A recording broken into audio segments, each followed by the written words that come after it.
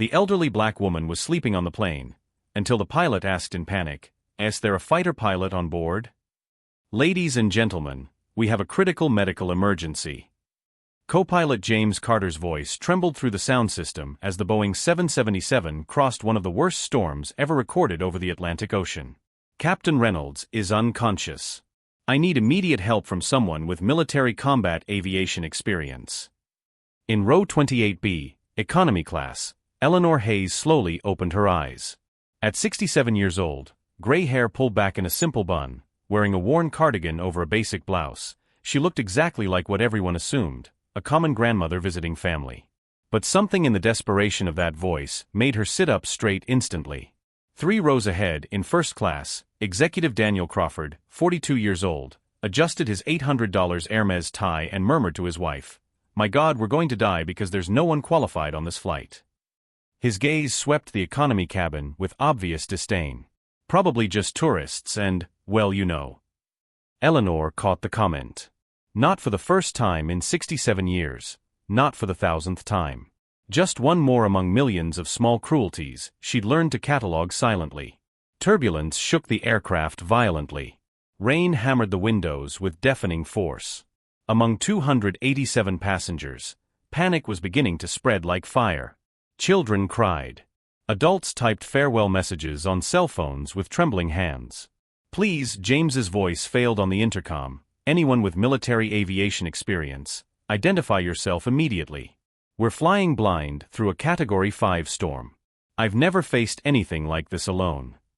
Eleanor remained still for a moment, observing the terrified faces around her. She realized, as she'd always realized her entire life, that no one considered her a possibility. To them, she was just an elderly black woman traveling alone. Probably visiting grandchildren. Maybe returning from a medical appointment. Invisible. Ordinary. Harmless. Daniel Crawford stood up abruptly. "Listen here," he shouted toward the cabin. "My brother-in-law is a private pilot.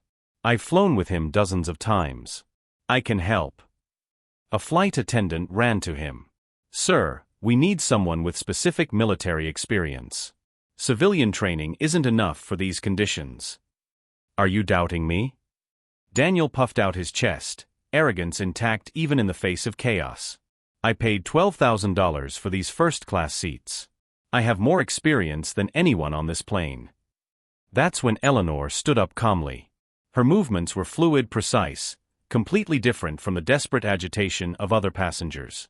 As she walked down the aisle toward the cabin, some passengers watched her with curiosity.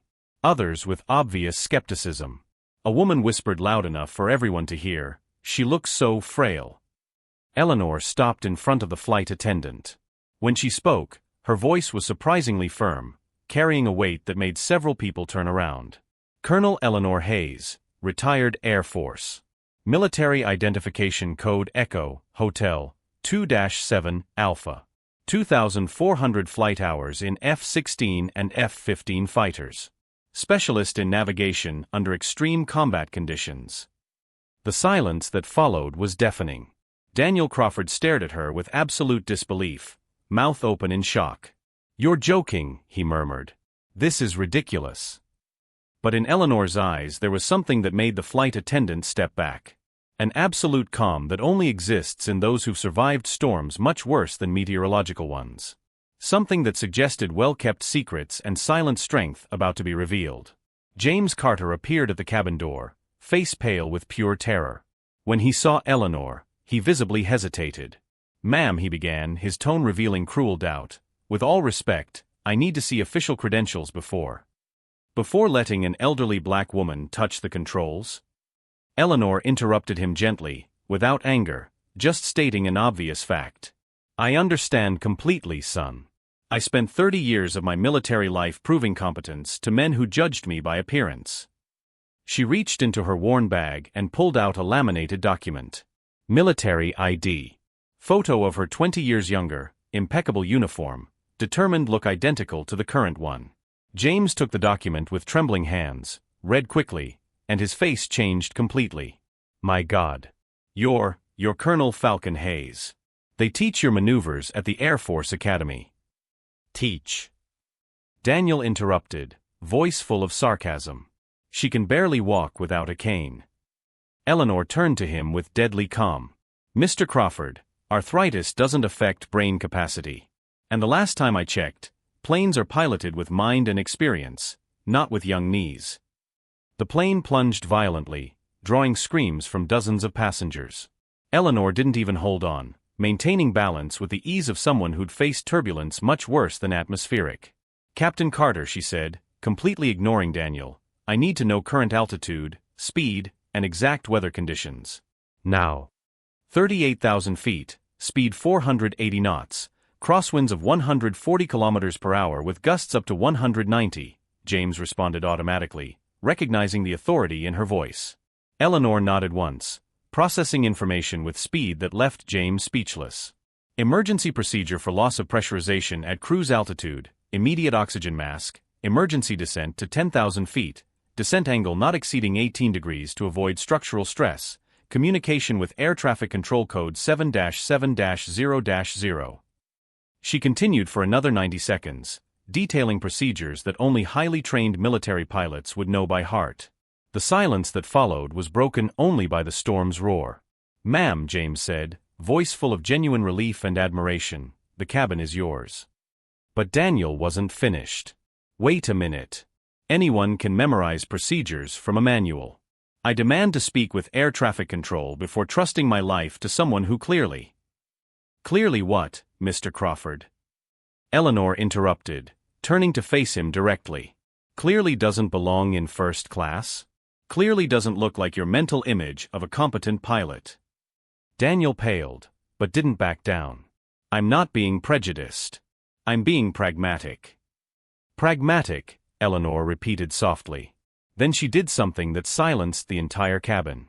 Without looking away from him, she recited, October 1991, Operation Desert Storm. Captain Eleanor Hayes piloting an F-16 during a reconnaissance mission was hit by a surface-to-air missile. Right engine destroyed, hydraulic system compromised, navigation offline.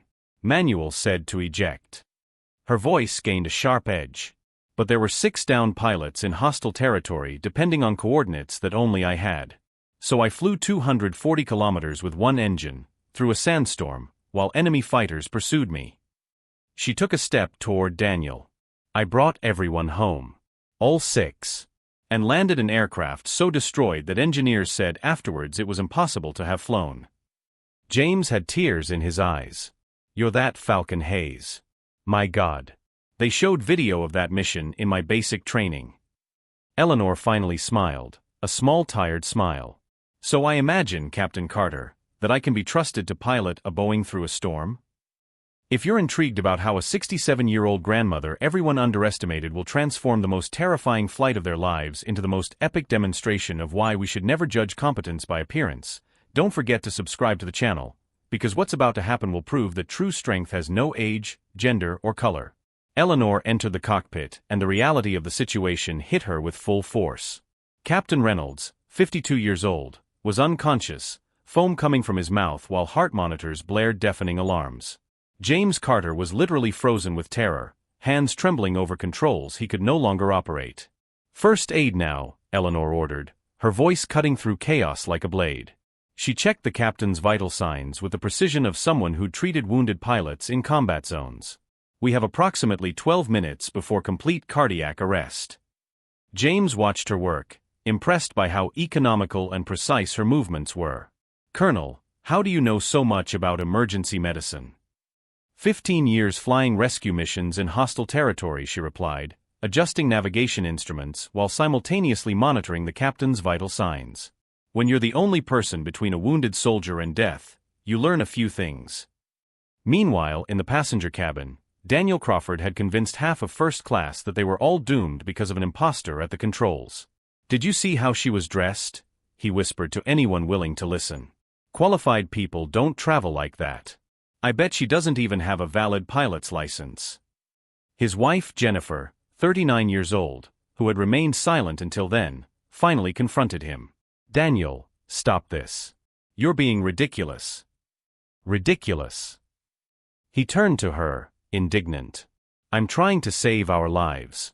I won't let our safety be in the hands of someone who clearly His words were interrupted by Eleanor's voice over the intercom, now taking complete command. "Ladies and gentlemen, this is Colonel Hayes speaking. I will be taking command of this aircraft until we reach our destination. Please remain calm and follow all crew instructions." The authority in her voice was unmistakable. It wasn't the tone of someone trying to convince or impress, but of someone accustomed to being obeyed without question. Even Daniel felt an involuntary chill. In the cockpit, Eleanor had transformed James from a paralyzed co-pilot into an efficient assistant. "James, I need you to monitor fuel and pressurization systems. I'm going to get us out of this storm, but I need precise information every 30 seconds. "Yes, ma'am," James responded, confidence returning for the first time since the emergency began. Then Eleanor did something that left James completely perplexed. Instead of following standard emergency routes, she began mentally calculating a trajectory that seemed impossible, flying through the storm instead of trying to go around it. "Colonel, with all respect, this goes against all safety protocols," James protested, watching the calculations she scribbled on a notepad. Eleanor smiled for the first time since taking command. "James, let me tell you something. In 1998, I was leading a rescue mission in Kosovo when our aircraft was hit by anti-aircraft fire. Navigation system destroyed, snowstorm reduced visibility to 0. She continued piloting while speaking, hands moving over controls with hypnotic fluidity. Manual said to abort the mission, but there were 23 soldiers depending on us. So I did exactly what I'm doing now, threw the manual out the window and trusted experience. And what happened? I brought everyone home. All 23. Her words carried a weight that made James understand he was in the presence of someone truly exceptional. At that moment, the cockpit door opened violently. Daniel Crawford had convinced the flight attendant to let him through, claiming he had relevant experience to assess the situation. "This is absolute madness," he declared, observing Eleanor's unconventional calculations. "You're putting all of us in danger. I demand to speak with air traffic control immediately." Eleanor didn't even turn to look at him.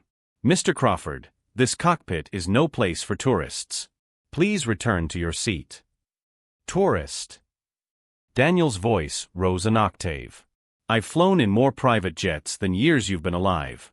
I know aviation, and what you're doing is collective suicide." That's when something interesting happened. Dr. Helen Park, 56 years old, chief neurosurgeon at Massachusetts General Hospital, who had remained quiet until that moment, stood up from first class and walked to the cockpit. "Colonel Hayes," she said calmly, "I'm Dr. Park, neurosurgeon. I worked 5 years in military hospitals treating pilots with neurological injuries. I can help with Captain Reynolds." Eleanor finally turned, and the two professionals recognized each other instantly.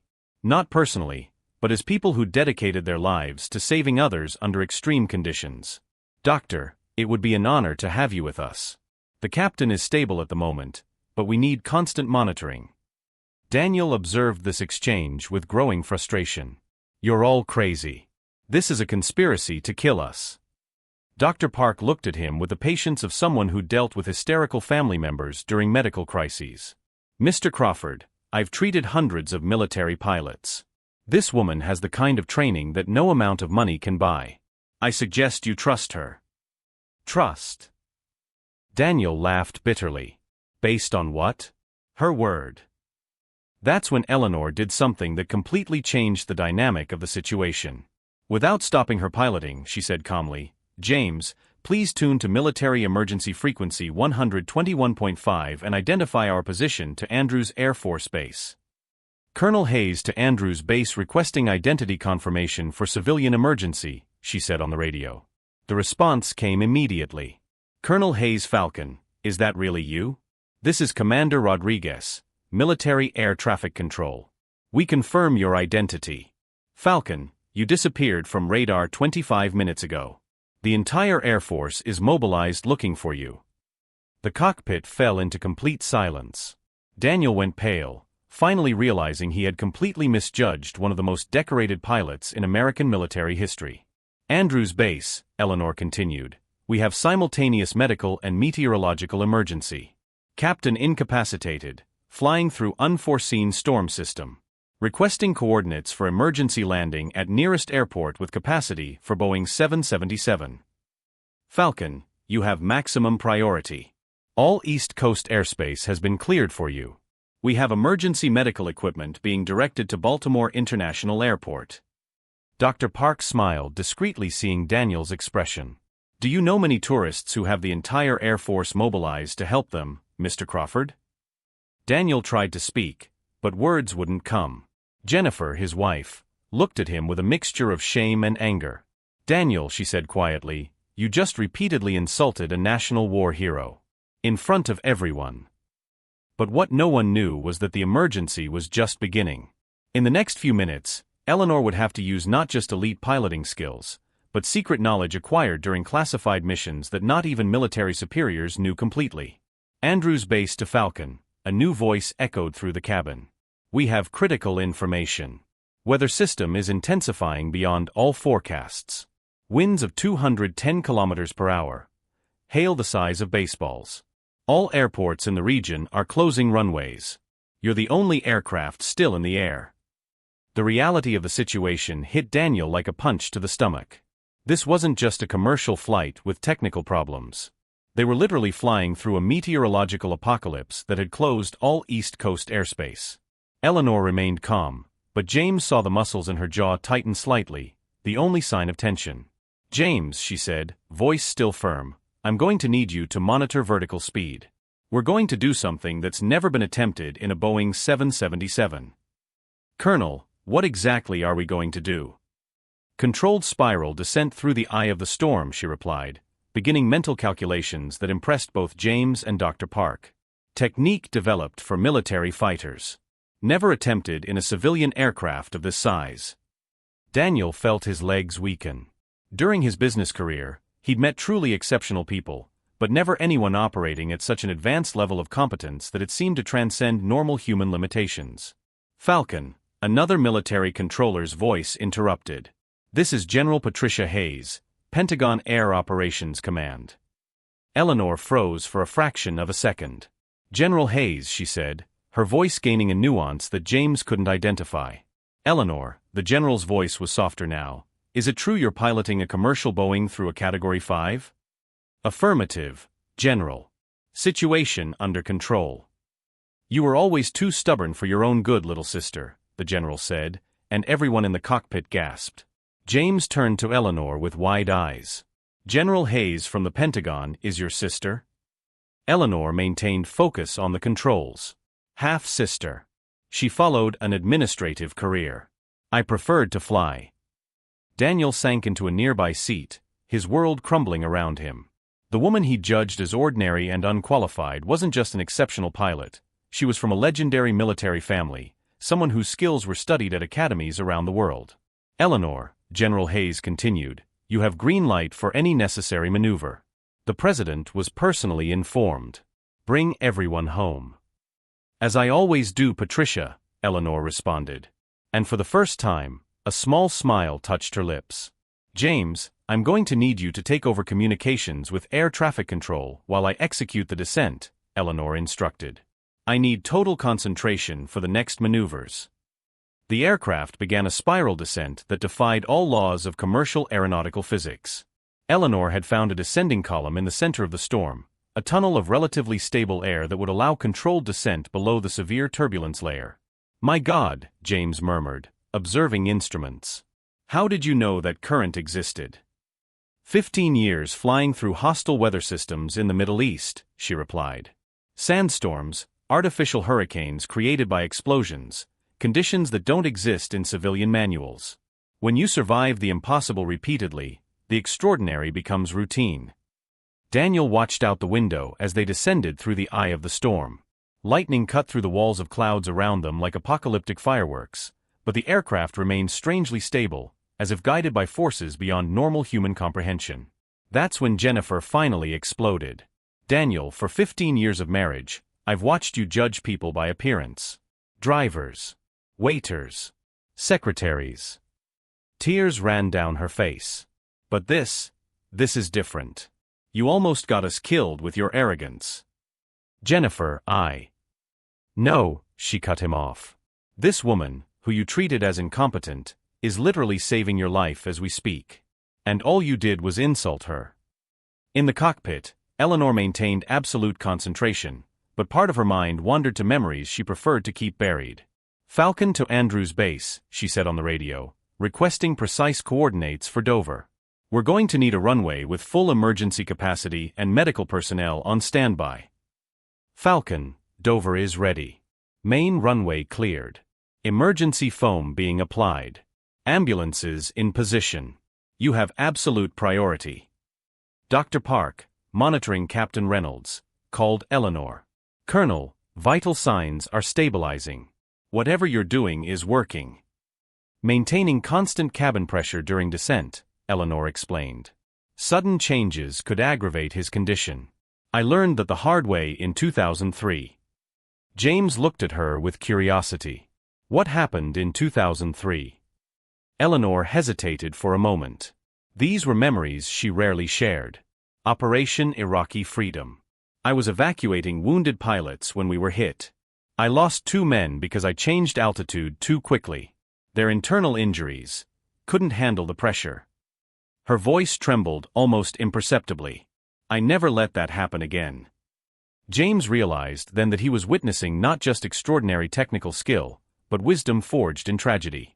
Every maneuver Eleanor executed carried the weight of lessons learned through devastating losses. "Falcon," General Patricia Hayes's voice returned to the radio, "I need to warn you about something. Media already picked up the story. You're going to land in the middle of a media circus." Eleanor sighed. "Wonderful.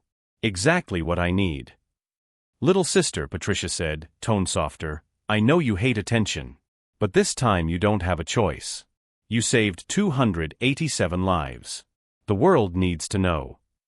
What Patricia didn't say, but Eleanor knew, was that the world needs to know also meant the world needs to see that a hero doesn't look like what Hollywood sells. Daniel, hearing the conversation through the intercom someone had left on, finally understood the complete magnitude of his error. It wasn't just about having judged a qualified pilot. It was about having perpetuated exactly the type of prejudice that kept people like Eleanor invisible, no matter how many lives they saved. "Mr. Crawford," Dr. Park said softly, sitting beside him, "can I tell you something? I grew up in South Korea. I came to America at 12 years old. During medical school, a professor told me that Asian women made good nurses, not surgeons." Daniel looked at her, seeing for the first time the woman beyond the title. "I became one of the best neurosurgeons in the country," she continued, "not despite the prejudice, but using it as fuel. Every time someone doubted me, I proved them wrong. Like Eleanor is doing now." "But I'm not racist," Daniel protested weakly. "You don't need to use racial slurs to be part of the problem," Dr. Park responded. "It's enough to presume competence based on appearance. It's enough to question the qualifications of people who don't look like your mental image of qualified." Jennifer held the doctor's hand. "Thank you for saying that. I needed to hear it too." In the cockpit, Eleanor had begun the most critical phase of descent. "James, when we touch the ground, you'll see why they call me Falcon. Prepare yourself." "Colonel," James said hesitantly, "can I ask something personal?" "Depends on how personal. How did you manage to continue? After 2003, after losing those men, how didn't you give up?" Eleanor was silent for a long moment. When she spoke, her voice carried the weight of decades of pain transformed into purpose. "Because giving up would mean they died for no reason. Every life I save since then, every pilot I train, every barrier I break, all of it honors their memory. Pain doesn't disappear, James. You just learn to channel it." The aircraft emerged below the storm clouds. Lights from Dover Air Force Base shone in the distance like beacons of hope. "Falcon to Dover Tower, we're on final approach. Requesting confirmation of runway conditions." "Falcon, runway clean and safe. Crosswind 45 kilometers per hour, manageable. You're cleared to land when ready." Eleanor adjusted controls with precision that made James realize he was observing art in motion. It wasn't just piloting, it was absolute mastery of a craft practiced for a lifetime. "James," she said calmly, "in the next 8 minutes, I'm going to execute a landing maneuver that's not in any commercial manual. It's going to seem scary, but trust me. After everything I've seen, Colonel, I'd trust my life in your hands against anyone else in the world."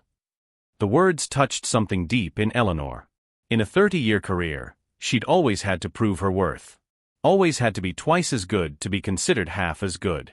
But here in this moment, a young co-pilot trusted her completely, not despite who she was, but because of who she was.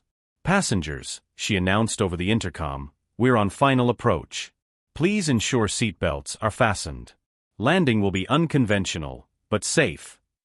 Daniel closed his eyes, finally allowing himself to trust the woman he'd spent the last hour trying to discredit. Jennifer squeezed his hand. "If we survive this, we're going to have a serious conversation about who you've become." He nodded, swallowing the lump in his throat. For the first time in decades, Daniel Crawford was confronting the person he really was, and he didn't like what he saw. What none of them knew yet was that the landing Eleanor was about to execute would enter aviation history. And that in the next few minutes, the demonstration of skill they would witness would be so extraordinary that it would change not just their lives, but aviation policies, emergency protocols, and the way the entire world saw what a truly exceptional person can achieve when underestimated by those who confuse privilege with competence. Eleanor took a deep breath, hands firm on the controls, decades of experience converging in this single moment. "All right, old friend," she murmured to the aircraft, "let's show them what we're capable of." "Falcon, Dover Tower," an urgent voice cut through the radio. "We have a critical problem. Wind gust changed direction. We now have a crosswind of 95 kilometers per hour, well above safe limits for Boeing 777. We recommend aborting landing and attempting Atlantic City." Eleanor checked instruments quickly. Fuel was critically low. Captain Reynolds was getting worse. There was no time for diversion. "Dover Tower, negative on abort. I'm proceeding with landing." "Falcon, with all respect, crosswind of that magnitude exceeds aircraft structural capacity. Landing in these conditions is impossible." "Tower," Eleanor said, voice carrying a sharp edge. "Impossible is a word I used to describe the 2001 mission when I brought a destroyed C-130 home with an engine on fire. Prepare emergency foam. I'm landing." James looked at her with wide eyes. "Colonel, they're right. Crosswind can flip the aircraft." "It can," Eleanor agreed calmly, "if the pilot fights against it. But if you work with the wind, using modified approach angle." She began rapid calculations. "James, I need you to transfer 3,000 pounds of fuel from left tank to right. Now." "But that will wait." Understanding hit James. "You're going to intentionally unbalance the aircraft." "Exactly. Wind will push the left side. Extra weight on right will compensate. But timing has to be perfect." In the passenger cabin, everyone felt the change in aircraft behavior. Daniel gripped the armrests, realizing something extraordinary was about to happen. "Falcon to all passengers," Eleanor said, "in the next 4 minutes, the aircraft will make unconventional movements. Don't panic. Everything is under control." Jennifer whispered to Daniel, "She's going to do something that's never been done before, isn't she?" He nodded, finally allowing himself to feel the admiration he should have felt from the beginning. Eleanor began an approach at an angle that made cockpit alarms go off. Stall warning, the computer repeated. "James, silence the alarms. They're going to distract me." "Yes, ma'am." "Falcon, Dover Tower," a new voice older, carrying authority. "This is Colonel Marcus Thompson, base commander." "Eleanor, is that really you?" Eleanor smiled for the first time in hours. "Marcus? I thought you'd retired." "I did retire. Came back as consultant when I heard Falcon Hayes was in emergency." Pause. "Eleanor, I know what you're trying to do.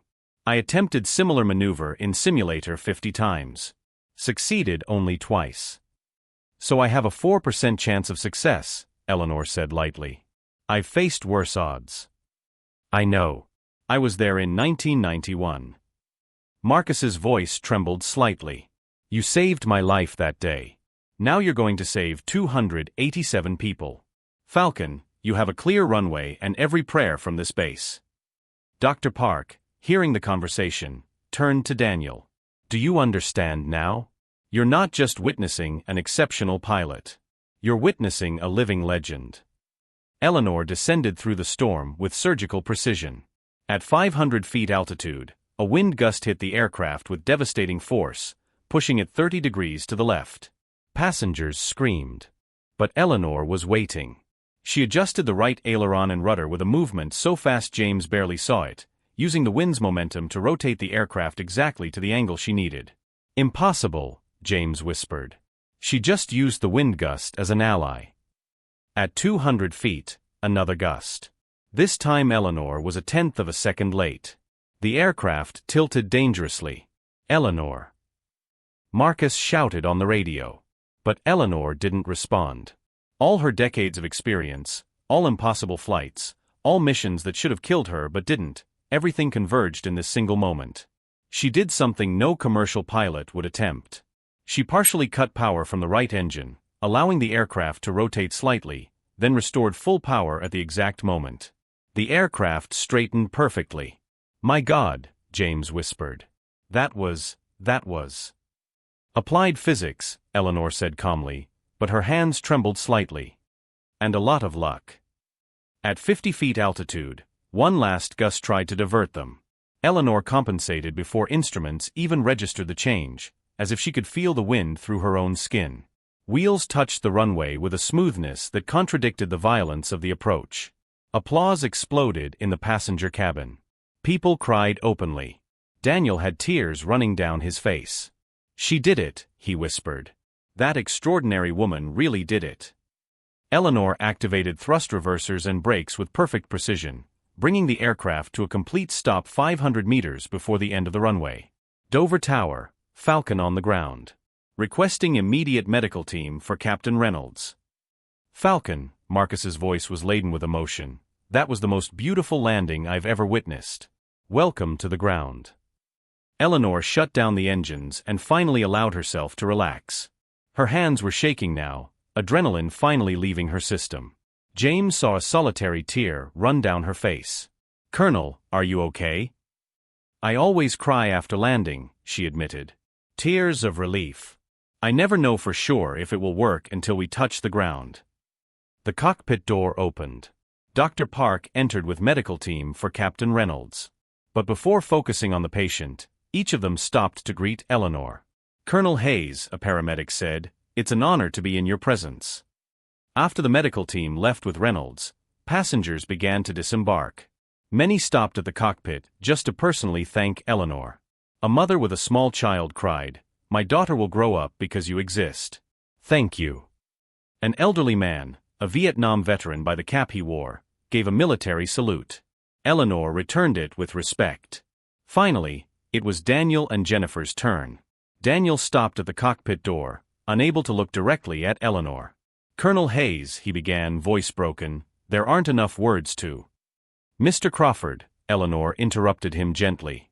She finally turned to face him. "Let me spare you the difficulty. I know exactly what you're going to say. That you're sorry. That you were wrong. That you learned your lesson." Daniel nodded miserably. "But here's what you need to understand," Eleanor continued, removing her headset and standing up. For the first time, Daniel saw her completely, a 67-year-old woman with arthritis, gray hair, wrinkles from decades of experience, but eyes still shining with strength that defied age. "I didn't do this for you. I didn't save your life to teach you a lesson about prejudice." She took a step toward him. "I saved your life because it's my duty. Because when I first put on a uniform 45 years ago, I swore to protect American lives. All of them. Even lives of people who would never see me as an equal." Daniel felt the words like physical blows. "But here's what I hope," Eleanor said more softly. "I hope that when your son or daughter says they want to be pilots, doctors, scientists, you never presume that their appearance will determine their competence. I hope that when you see a person of color, a woman, an elderly person in a position of authority, your first instinct is respect, not skepticism." Jennifer was crying openly now. "Colonel Hayes, can I hug you?" Eleanor hesitated, then opened her arms. Jennifer hugged her tightly. "Thank you for saving my stupid, arrogant husband. And thank you for teaching us a lesson we should have learned decades ago." When they left the cockpit, James turned to Eleanor. "Colonel, media is waiting. Tower said there are at least 50 cameras out there." Eleanor sighed, grabbing the cane she'd kept hidden during the flight. "Then let's give them a show they'll never forget." She descended the aircraft stairs leaning on the cane, each step obviously painful due to arthritis. Cameras captured everything. An elderly black woman, wearing simple clothes, slowly descending from an aircraft she just piloted through the impossible. But what the cameras also captured was something more. A row of high-ranking military officers saluting. General Patricia Hayes, Eleanor's sister, waiting on the tarmac with tears streaming. Marcus Thompson, now a 68-year-old man, running to hug the woman who'd saved his life 34 years before. And 287 passengers applauding while standing as the unlikely hero walked among them, proving to the world that greatness has no age, gender, color, or appearance. 18 months after the miraculous landing, Eleanor Hayes, now 69 years old, stood on the stage of the United States Air Force Academy, receiving the Civil Medal of Honor, the highest decoration civilians can receive in peacetime. Colonel Hayes not only saved 287 lives that day, the Secretary of Defense declared during the ceremony, she redefined how we assess competence versus appearance in our armed forces and beyond. Her extreme crosswind landing technique had been incorporated into pilot training manuals around the world. 3 universities offered chairs in her name. Boeing Corporation created the Eleanor Falcon Hayes Scholarship for Women and Minorities in Aviation. In the audience, James Carter, now a captain commanding his own commercial flights, applauded enthusiastically. He credited Eleanor as his greatest inspiration, visiting her monthly to discuss piloting techniques. Dr. Helen Park sat beside him, smiling. She and Eleanor had co-authored an article on emergency medicine in aviation, published in the world's most prestigious medical journal. The two had become close friends, united by the shared experience of that terrifying flight. General Patricia Hayes, now retired, watched her younger sister with pride mixed with tears. "I always knew Eleanor was special," she would later tell reporters. "But it took the whole world almost losing her to finally see." Meanwhile, Daniel Crawford faced the reality of his choices. The video of his prejudiced comments during the emergency had leaked on social media, going viral with over 80 million views. His investment firm lost 95% of clients in 6 months. Corporate boards where he held seats quietly removed him. Exclusive clubs he'd frequented for decades canceled his membership. "Dad," his 14-year-old daughter asked one night, "my teacher showed the video of that woman you insulted. Why did you do that?" Daniel had no answer that wouldn't reveal exactly the kind of man he'd been. Jennifer divorced him, taking the children and half of the remaining assets. "I married a man who admired success," she told the judge. "I discovered I lived 16 years with someone who confused privilege with worth." Now, Daniel worked as a manager at a used car dealership. No more executive class on international flights, but municipal bus and fast food meals. The irony didn't escape him. He was living the life he'd once despised, discovering too late that dignity had no price. One afternoon, 3 years after the incident, Daniel saw Eleanor at an airport. She wore a reserve general's uniform. She'd been promoted to brigadier general in a special ceremony, surrounded by assistants and security. He was in the blue uniform of the dealership, carrying a cheap suitcase. "General Hayes," he said timidly when she passed. Can I speak with you for a moment?" Eleanor stopped, studying him. He was no longer the arrogant first-class man. He was someone genuinely broken by his own ignorance. "Mr. Crawford," she said, dismissing assistants with a gesture. "You look different." "I lost everything because of my prejudices," he admitted, voice full of shame. "Family, career, reputation. Everything." Eleanor nodded slowly. "And what did you learn?" Daniel took a deep breath. "That I never had anything real to lose. Privilege isn't achievement. Respect isn't inheritance. Competence isn't appearance." He repeated exactly the words she'd said that day. "You taught me that the hardest way possible." "No," Eleanor corrected him gently. "You learned through the consequences of your own choices. I was just there when those choices finally mattered. Can you forgive me?" Eleanor considered the question carefully. "Forgiveness doesn't mean forgetting, Mr. Crawford. It means choosing not to let your ignorance define my life." She paused. "I've already forgiven. Not for you but for me. Carrying anger against every person who underestimated me would be an impossible weight to carry for 69 years.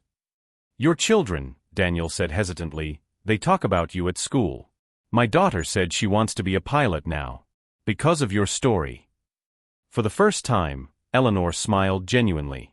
Then something good came from that terrible day. Can I ask something? Daniel said. How did you manage to continue? After decades of being underestimated, questioned, having to prove your worth repeatedly, how didn't you become bitter? Eleanor looked out the airport window, watching planes taking off and landing.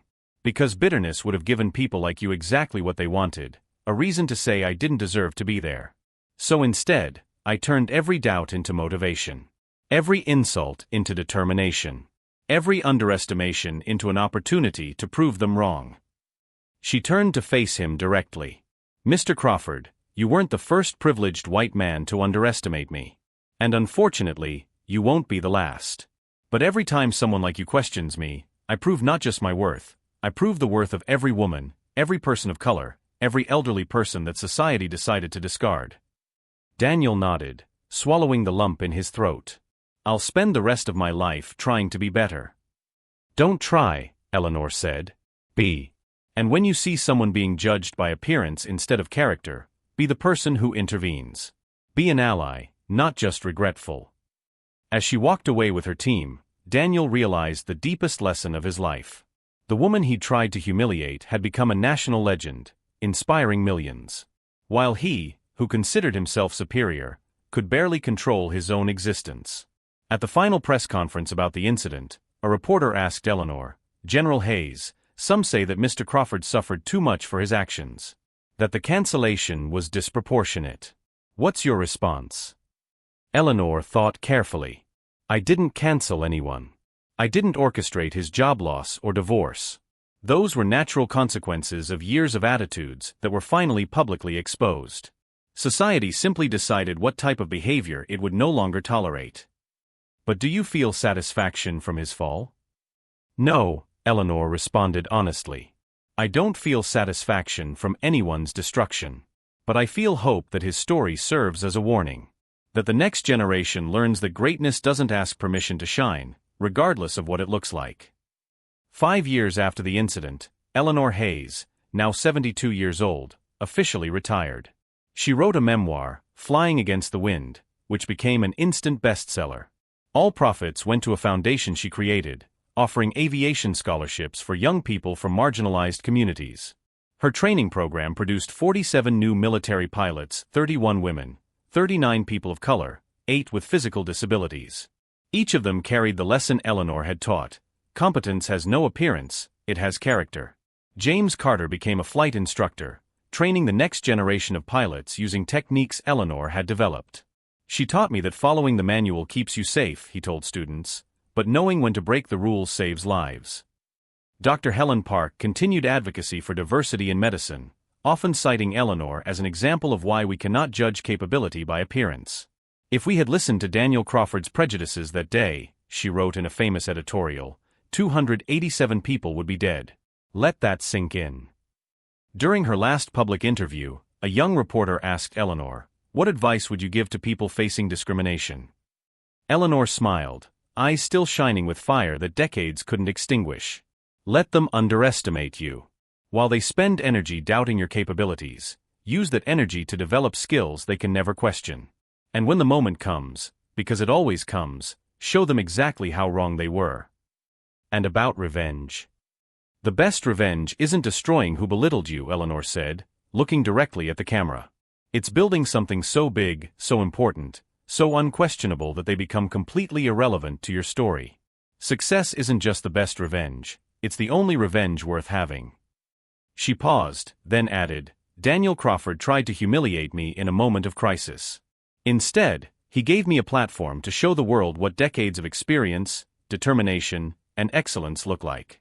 For that, strangely, I'm grateful. If this story of resilience, competence, and triumph over prejudice touched you, subscribe to the channel for more stories that prove greatness doesn't need permission to shine. Because in the end, people who spend time underestimating us are just wasting time we could use becoming unforgettable. Eleanor Hayes taught the world a lesson that Daniel Crawford learned too late. You can have all the money, all the privilege, all the first-class seats in the world. But if your character is economy class, you'll always be the poorest person in the room. 3 decades of impossible flights. Hundreds of lives saved. Countless barriers broken. And in the end, it all started with a simple choice: refuse to be invisible just because others refused to see. As Eleanor said in her final words upon retirement, while cameras captured a 72-year-old woman with a cane and completely white hair, but eyes still shining with relentless determination. They tried to define me by age, by gender, by color, by appearance. But they forgot that definitions are choices. And I chose to be defined by lives I saved, pilots I inspired, and barriers I destroyed. That was my revenge. And it was perfect. On her retirement day, every military aircraft in the United States performed a flyover maneuver in tribute. But the most significant tribute came from unexpected places: 287 letters from passengers on that flight, each telling how the experience had changed their lives. And one additional letter, from a 47-year-old man working at a dealership, asking not for forgiveness, that had already been given, but for permission to tell the story to his children, ensuring the next generation never made the mistakes he had made. Eleanor kept that letter. Not as a trophy, but as a reminder that even the people most lost in prejudice can find their way back to humanity. As long as they're willing to pay the price of truth.